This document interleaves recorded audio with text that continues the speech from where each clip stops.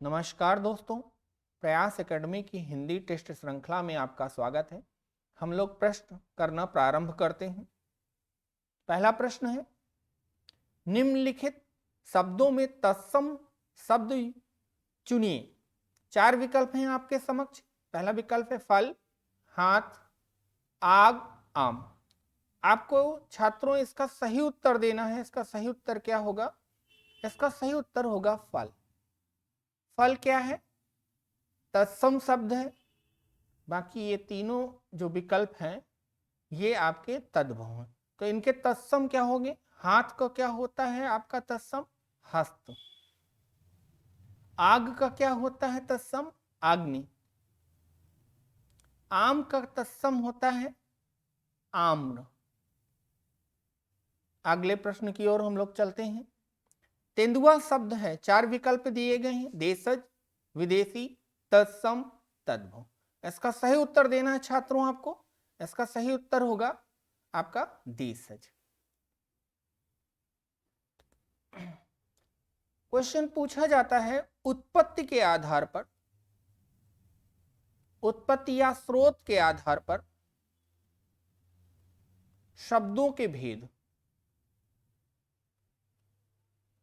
तो 4 भेद होते हैं, कौन कौन से देख लीजिएगा। तत्सम, तद्भव, देशज, विदेशी। विदेशी को ही हम आगत शब्द भी बोलते हैं। संस्कृत के वे शब्द जो बिना जिनका रूप परिवर्तित हुए हिंदी भाषा में आए हैं वो तत्सम शब्द कहलाते हैं। जैसे हम कह सकते हैं अग्नि, और इसका अगर हम तद्भव तो आग हो जाएगा। जैसे हम पुष्प, तो क्या हो जाएगा? फूल हो जाएगा आपका। मयूर, मोर हो जाएगा इसका तद्भव। और इनका ही बिगड़ा रूप आपका, जब तत्सम के जो बिगड़े रूप होते हैं वो तद्भव। जैसे अग्नि का क्या हो जाएगा? आग। पुष्प का क्या हो जाएगा? फूल। तो आप समझ पाए होंगे, तत्सम शब्द संस्कृत के वे शब्द जिनका रूप परिवर्तित हुए बिना हिंदी भाषा में आ गए वो तत्सम, जिनका रूप बदल गया वो तद्भव। देशज, इनकी स्रोत का पता नहीं चलता है। ये आम बोलचाल की भाषा के बने शब्द होते हैं। जैसे अभी हमने शब्द दिया तेंदुआ, खिचड़ी, पपड़ी, भोंपो, पोंपो, इस तरह के शब्द आपको, भौकाल, बहुत सारे शब्द ऐसे हैं जो आम बोलचाल में, पर इनकी स्रोत या उत्पत्ति का कोई पता नहीं चलता। विदेशी, विभिन्न भाषाओं से आए शब्द आपको, विभिन्न देशों की भाषाओं से आए शब्द ही आपको विदेशी आगत शब्द कहलाते हैं। जिसमें अरबी हो गए आपको, अरबी, फारसी, तुर्की, अंग्रेजी, फ्रांसीसी, पुर्तगाली। तो ये शब्द क्या हो जाते हैं? इन भाषाओं के शब्द ही विदेशी या आगत शब्द होते हैं। आशा करते हैं आपको ये समझ में आया होगा। अगले प्रश्न की ओर हम लोग चलते हैं। देवपागा किसका पर्यायवाची है? 4 विकल्प हैं आपके समक्ष, इंद्र का, सरस्वती का, गंगा का, शिव का। आपको इसका सही उत्तर देना छात्रों। इसका सही उत्तर क्या होगा? देवपागा पर्यायवाची है गंगा का। किसका पर्यायवाची है? गंगा का। गंगा के अन्य पर्यायवाची भी देख लीजिए जो आपके एग्जाम में पूछे जाते हैं इंपॉर्टेंट। जैसे जाह्नवी, बहुत इंपॉर्टेंट शब्द है जाह्नवी।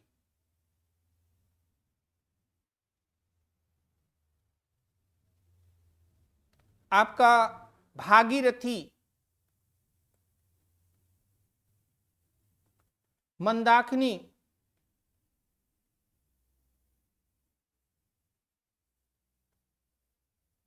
ये गंगा के प्रमुख पर्यायवाची। अगले प्रश्न की ओर हम लोग चलते हैं। महाश्वेता किसका पर्यायवाची? 4 विकल्प हैं आपके, कमल, नदी, गंगा, सरस्वती। इसका सही उत्तर देना है छात्रों आपको। इसका सही उत्तर होगा आपका सरस्वती। सरस्वती के अन्य पर्यायवाची शब्द हैं, आपको देखना है। भारती, गिरा, शारदा, वागीश, ब्राह्मी,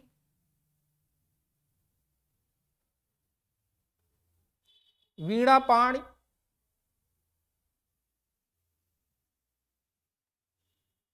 अगले प्रश्न की ओर हम लोग चलते हैं। आवारा मसीहा किसकी जीवनी है? चार विकल्प हैं आपके समक्ष, प्रेमचंद की, शरद चंद्र की, हजारी प्रसाद द्विवेदी जी की, राहुल सांकृत्यायन। इसका सही उत्तर देना है आपको छात्रों। ये जीवनी है किसकी? शरद चंद्र की। आवारा मसीहा किसकी जीवनी है? शरद चंद्र की। इसके लेखक क्या हैं? एक क्वेश्चन हम आपसे पूछ रहे हैं। इसके लेखक हैं विष्णु प्रभाकर।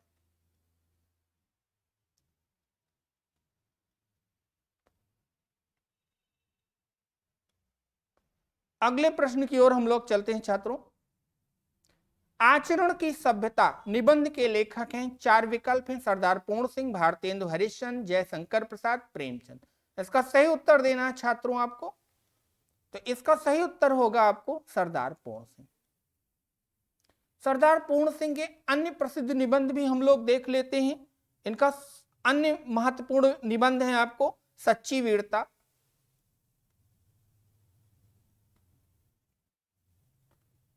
पवित्रता,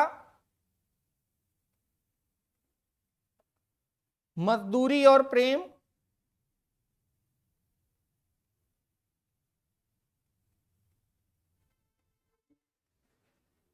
कन्यादान। अगले प्रश्न की ओर चलते हैं छात्रों हम लोग।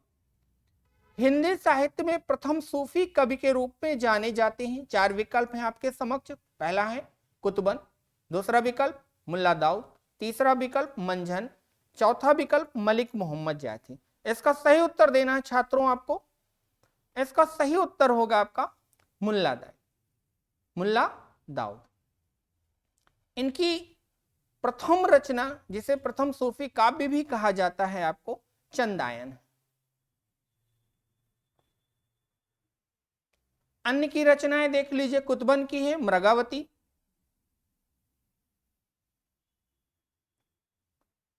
मंझन की रचना है मधुमालती, मलिक मोहम्मद जैसी आपको जरूर पता होगा आपको, पद्मावत, बहुत इंपॉर्टेंट रचना है।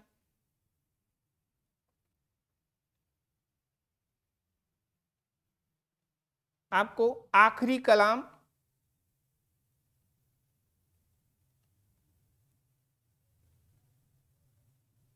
अखरावट। अगले प्रश्न की ओर हम लोग चलते हैं। प्रश्न है एकैक में संधि होगी। चार विकल्प हैं दीर्घ, वृद्धि, विसर्ग, गुण संधि। इसका सही उत्तर देना है छात्रों आपको। इसका सही उत्तर होगा आपका वृद्धि संधि।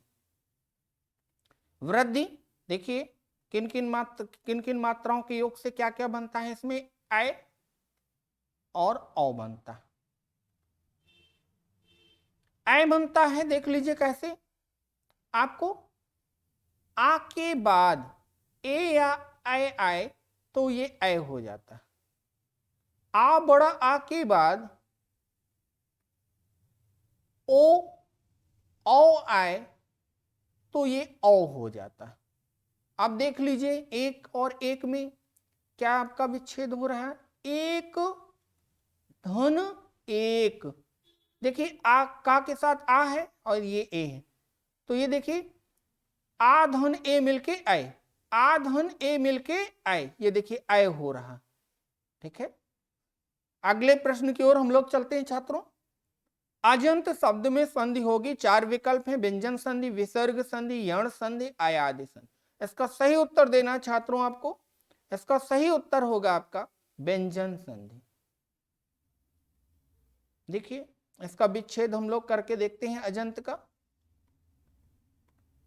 अच धन अंत,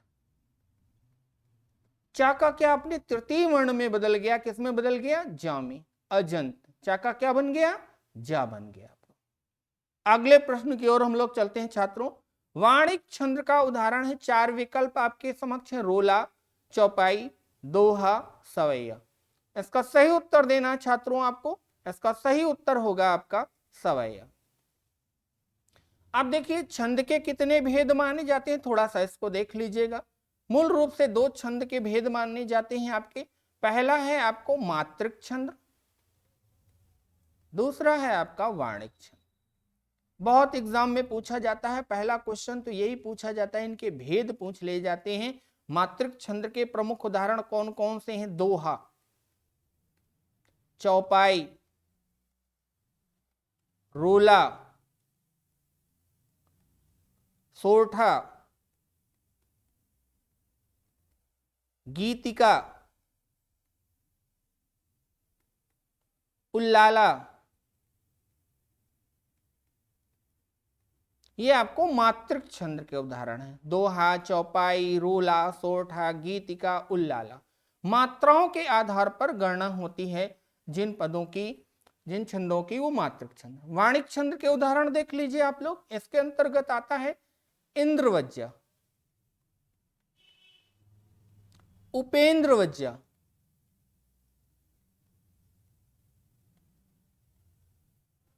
सवैया।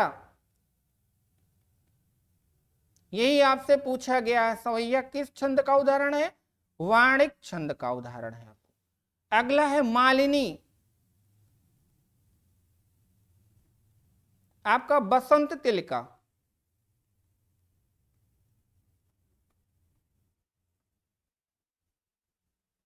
अगले प्रश्न की ओर हम लोग चलते हैं। अवधि हिंदी की किस उपभाषा के अंतर्गत आती है? चार विकल्प आपके समक्ष हैं। पश्चिमी हिंदी, पूर्वी हिंदी, बिहारी हिंदी, भोजपुरी। आपको इसका सही उत्तर देना है छात्रों। इसका सही उत्तर होगा आपको अवधि आती है पूर्वी हिंदी के अंतर्गत। आप थोड़ा सा देख लीजिए हिंदी की कितनी उपभाषाएं हैं। तो बच्चों हिंदी की 5 उपभाषाएं। पहले नंबर पर पश्चिमी हिंदी, दूसरे नंबर पर पूर्वी हिंदी,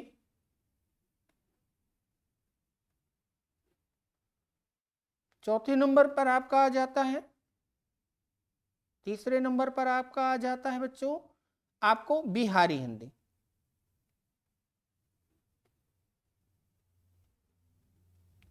चौथे नंबर पर आ जाता है आपको पहाड़ी हिंदी,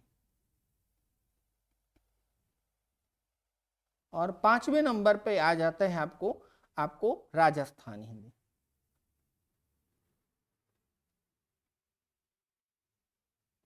ये हिंदी की 5 उपभाषाएं, और इनके अंतर्गत कुल 18 बोलियां बोली जाती हैं बच्चों। कितनी बोलियां बोली जाती हैं? 18 बोलियां बोली जाती हैं। तो ये आपसे क्वेश्चन ये भी पूछ लिया जाता है हिंदी की कितनी उपभाषाएं हैं? तो कितनी उपभाषाएं? 5। और बोलियां कितनी हैं बच्चों? 18। इनमें प्रमुख प्रमुख बोलियों को पूछ लिया जाता है। जैसे पश्चिमी हिंदी के अंतर्गत आती है खड़ी बोली। कौन सी आती है बच्चों? खड़ी बोली। और खड़ी बोली का दूसरा नाम क्या है? कौरवी है। दूसरा एक क्वेश्चन पूछ लिया जाता है खड़ी बोली का। इसके अंतर्गत आती है ब्रज भाषा। ये 2 प्रमुख भाषाएं हैं जो पश्चिमी हिंदी के अंतर्गत आती है, खड़ी बोली आपको और ब्रज भाषा। पूर्वी हिंदी के अंतर्गत बच्चों कौन सी भाषा आती है? अवधी आती है। कौन सी भाषा आती है बच्चों? अवधी आती है। बहुत इंपॉर्टेंट जो पूछा गया, देखिए अवधी किस हिंदी की किस उपभाषा के अंतर्गत आती है? तो अवधी आती है पूर्वी। अब बिहारी हिंदी के अंतर्गत आती है भोजपुरी बच्चों, भोजपुरी आती है। और मैथिली मगही आती है, मैथिली, मैथिली। और पहाड़ी हिंदी के अंतर्गत कुमायूनी, गढ़वाली आती है। राजस्थानी हिंदी के अंतर्गत आपको आती हैं आपको मेवाती, आपका जयपुरी, आपका मालावी, मेवाती, ये प्रमुख राजस्थानी हिंदी के अंतर्गत आती। तो ये क्वेश्चन आशा करते हैं आपको समझ में आया होगा कि उपभाषाएं कितनी होती हैं? 5। बोलियां की संख्या हिंदी की कुल कितनी है? 18। इसमें प्रमुख प्रमुख बोलियां हैं जैसे खड़ी बोली पश्चिमी हिंदी के अंतर्गत, ब्रज भाषा पश्चिमी हिंदी के अंतर्गत, और अवधी पूर्वी हिंदी के अंतर्गत, भोजपुरी, मैथिली किसके अंतर्गत? बिहारी हिंदी के अंतर्गत। अगले प्रश्न की ओर चलते हैं छात्रों। दानी शब्द में विशेषण है। 4 विकल्प हैं, क्रमवाचक, समुदायवाचक, गुणवाचक, परिमाणवाचक। आपको इसका सही उत्तर देना है छात्रों। इसका सही उत्तर होगा आपका गुणवाचक। पिछले टेस्ट सीरीज में हम लोगों ने विशेषण की चर्चा की थी। आपको विशेषण के कितने भेद होते हैं? 4 भेद होते हैं। जैसे पहला है गुणवाचक, दूसरा भेद है इसका क्या आपका सार्वनामिक विशेषण, इसी को हम क्या कहते हैं संकेतवाचक विशेषण भी कहते हैं। तीसरे नंबर पर आता है बच्चों आपको संख्यावाची विशेषण या संख्यावाचक विशेषण, और चौथे नंबर पर आता है परिमाणवाचक विशेषण। अब देखिए क्रमवाचक, समुदायवाचक, ये तो आपके संख्यावाची के भेद है। परिमाणवाचक विशेषण संख्यावाची जहां नंबर गिने जाते हैं जिन वो आपको संख्यावाचक।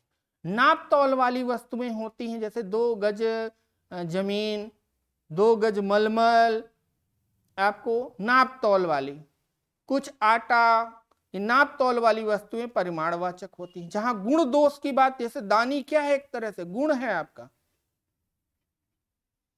तो ये आपका गुणवाचक विशेषण के अंतर्गत है। अगले प्रश्न की ओर चलते हैं छात्रों हम लोग। निम्न में से किस शब्द में अधिकरण कारक का प्रयोग हुआ है? 4 विकल्प है, वाहनारूढ़, गंगा जल, सत्ताधीश, रेखा चित्र। इसका सही उत्तर क्या होगा छात्रों आपको बताना है। पूछा क्या है? अधिकरण कारक का प्रयोग हुआ, किसमें हुआ है? वाहनारूढ़ में। ठीक है, क्या होगा जैसे हम इसका विग्रह करेंगे, देखिए वाहन पर आरूढ़, यानी वाहन पर बैठा हुआ। ये देखिए अधिकरण कारक में पर आधार का बोध करा, जैसे गंगा जल का करते, गंगा का जल, सत्ता का आधीश, रेखा का चित्र, ये सारे तीनों आपके संबंध कारक है, ना कि अधिकरण कारक।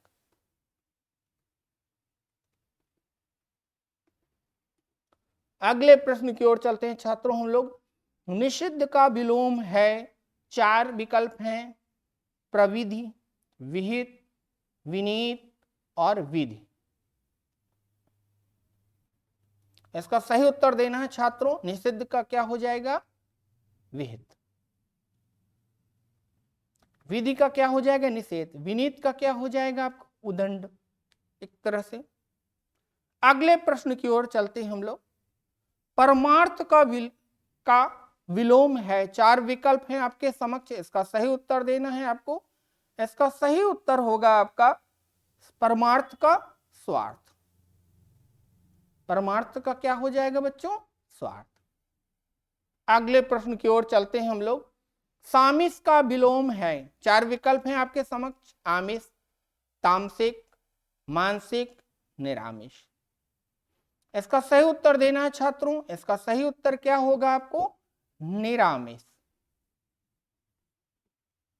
देखिए सामिस और ये आमिष, कई बार बच्चों से गलती हो जाती है, इनका एक ही अर्थ है। इनका अर्थ दोनों का क्या है आपको? मांसाहार, मांसाहारी भोजन या मांसाहार। अगले प्रश्न की ओर चलते हैं हम लोग। अशुद्ध शब्द का चयन कीजिए, 4 विकल्प हैं, सदुपयोग, संशोधन, सन्मुख, स्रोत। इसका सही उत्तर देना है छात्रों आपको। इसका सही उत्तर होगा आपका संशोधन। ये आपका अशुद्ध लिखा गया है आपका, तो इसका शुद्ध रूप क्या होगा बच्चों? आपका संशोधन, इस तरह लिखा जाएगा शुद्ध रूप। अगले प्रश्न की ओर चलते हैं हम लोग। उपसर्ग सहित शब्द का चयन कीजिए, यानी कि जिसमें उपसर्ग जुड़ा हुआ है उस शब्द का चयन करिए। देखिए पूजनी शब्द है, इसमें क्या है? मूल शब्द क्या है? पूज्य। इसमें उपसर्ग नहीं है, इसमें प्रत्यय है। ठीक है बच्चों। आपका दूसरा है कर्मठ शब्द है, इसमें भी क्या है आपको? प्रत्यय, आपका उपसर्ग नहीं है आपका। फिर है बेलन, बेल, इसमें आपको क्या है आपका? इसमें भी उपसर्ग नहीं है, इसमें ना प्रत्यय आता है आपका। अब देखिए वास शब्द है, इसमें नी क्या हो जाएगा आपका उपसर्ग। तो क्वेश्चन क्या पूछा, उपसर्ग सहित, यानी उपसर्ग सहित का मतलब जिसमें उपसर्ग, तो कौन सा शब्द होगा, निवास। अगले प्रश्न की ओर चलते हैं हम लोग साथ छात्रों। उपसर्ग रहित, देखिए रहित यानी कि जिसमें उपसर्ग नहीं है, ये क्वेश्चन पूछा गया है आपसे। तो इसका सही उत्तर देना है छात्रों आपको। इसका सही उत्तर क्या होगा बताना है आपको। उपसर्ग रहित यानी कि जिसमें उपसर्ग नहीं है, वो कौन सा शब्द है आपका, आपको पंचायत। इसमें उपसर्ग क्या है आपको, नहीं है। ये देखिए उपसर्ग रहित यानी जिसमें उपसर्ग नहीं है, किसमें नहीं है, पंचायत में नहीं है। आपको बाकी देखिए सब में उपसर्ग है, ये इसमें देखिए कु आपका उपसर्ग, इसमें आपको पूत के ये मूल शब्द है और इसमें ये उपसर्ग कु है। आपको रस इसमें मूल शब्द है, इसमें सा क्या है आपका उपसर्ग है। इसमें क्या है आपको चार मूल शब्द है, ला आपका क्या है आपका उपसर्ग है। पंचायत में आपको क्या है, कोई भी उपसर्ग नहीं है। अगले प्रश्न की ओर चलते हैं हम लोग छात्रों। वह कानपुर से लखनऊ गया, वाक्य में कारक की कौन सी विभक्ति है। चार विकल्प दिए गए हैं, प्रथमा, द्वितीया, पंचमी, सप्तमी। इसका सही उत्तर देना है बच्चों। कौन सा कारक है इसमें आपको बताना है, अपादान। अपादान की कौन सी विभक्ति होती है, पंचमी बच्चों।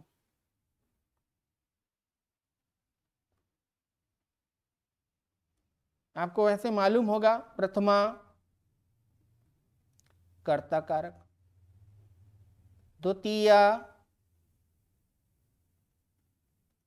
कर्म कारक, तृतीया करण कारक, चतुर्थी संप्रदान कारक, पंचमी अपादान। यही पूछा गया। देखिए अलगाव, वह कानपुर से लखनऊ, अलग हो रहा है कानपुर से, और जानते हैं आपको अपादान कारक की भी विभक्ति क्या होती है, से। इसके बाद आपका षष्ठी आपको संबंध, और सप्तमी का क्या हो जाएगा आपका अधिकरण, और लास्ट में आपका आ जाता है संबोधन।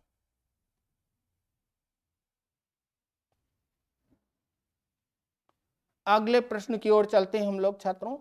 वह आजकल दिल्ली में है, वाक्य में रेखांकित शब्द है, चार विकल्प है, विशेषण, क्रिया विशेषण, क्रिया, संयुक्त क्रिया।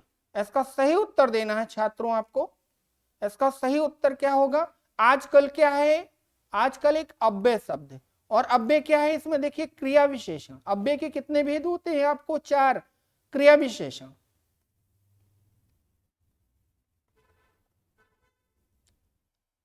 संबंध बोधक,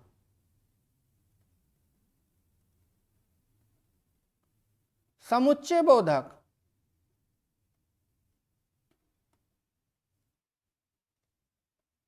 विस्मयादि बोधक,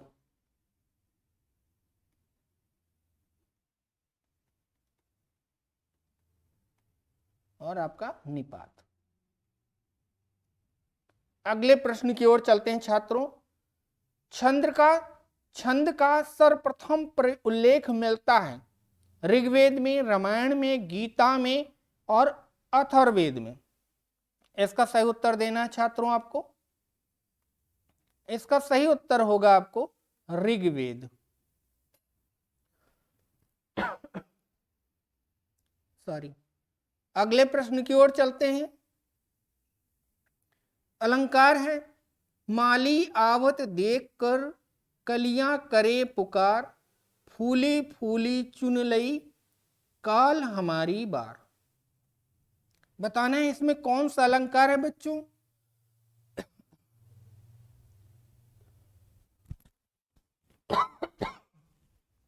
चार विकल्प हैं, अन्योक्ति, विभावना, उपमा, रूपक। इसका सही उत्तर देना है छात्रों। इसका सही उत्तर होगा आपको अन्योक्ति अलंकार। वैसे ये प्रसिद्ध पंक्ति जो है ये कबीर दास जी द्वारा लिखा गया है, और इन पंक्तियों के माध्यम से या इस दोहे के माध्यम से कबीर जी जीवन और मृत्यु के रहस्य को दर्शा रहे हैं।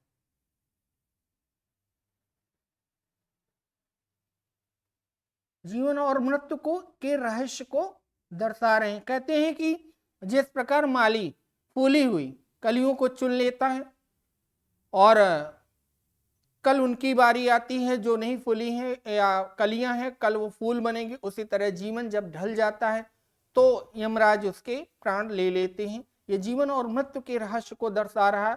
तो मुख्य रूप से अन्योक्ति अलंकार की जो परिभाषा होती है आपको, उसके अंतर्गत ये होता है किसी और के लिए इशारा किया, किसी और के लिए कहते किसी और के लिए है, इशारा किसी दूसरी तरफ होता है।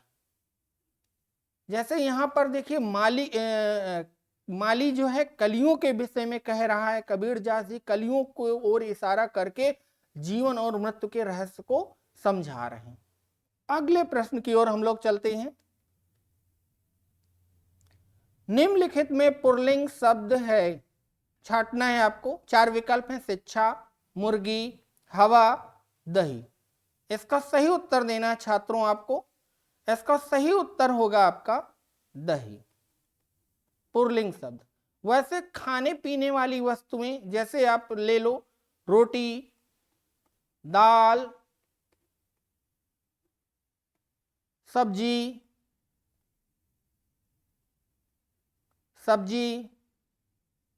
खाने पीने की जितनी वस्तुएं सब स्त्रीलिंग होती,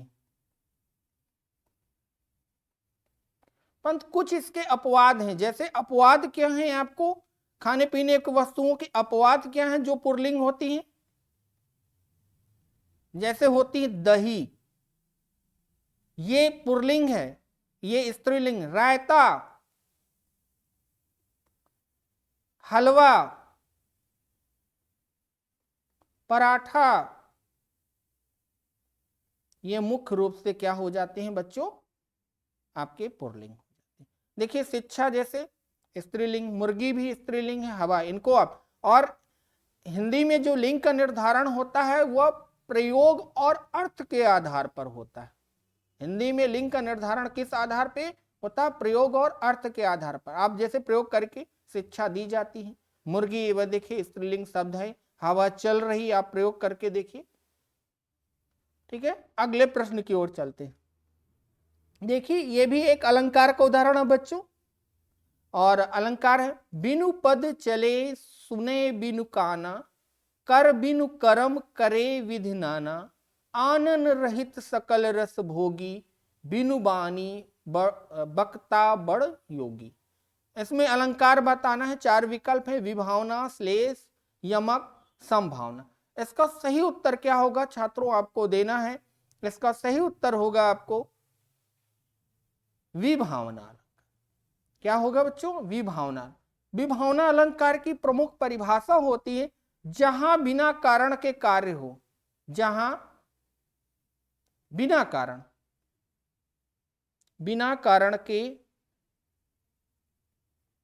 के कार्य संपन्न हो जाए या कार्य हो जाए, वहां विभावना अलंकार होता है। आशा करते हैं ये टेस्ट श्रृंखला आपको पसंद आई होगी। पसंद आई हो तो प्लीज बच्चों आप लोग हमारे चैनल को लाइक करें, शेयर करें और सब्सक्राइब करें। बहुत बहुत धन्यवाद।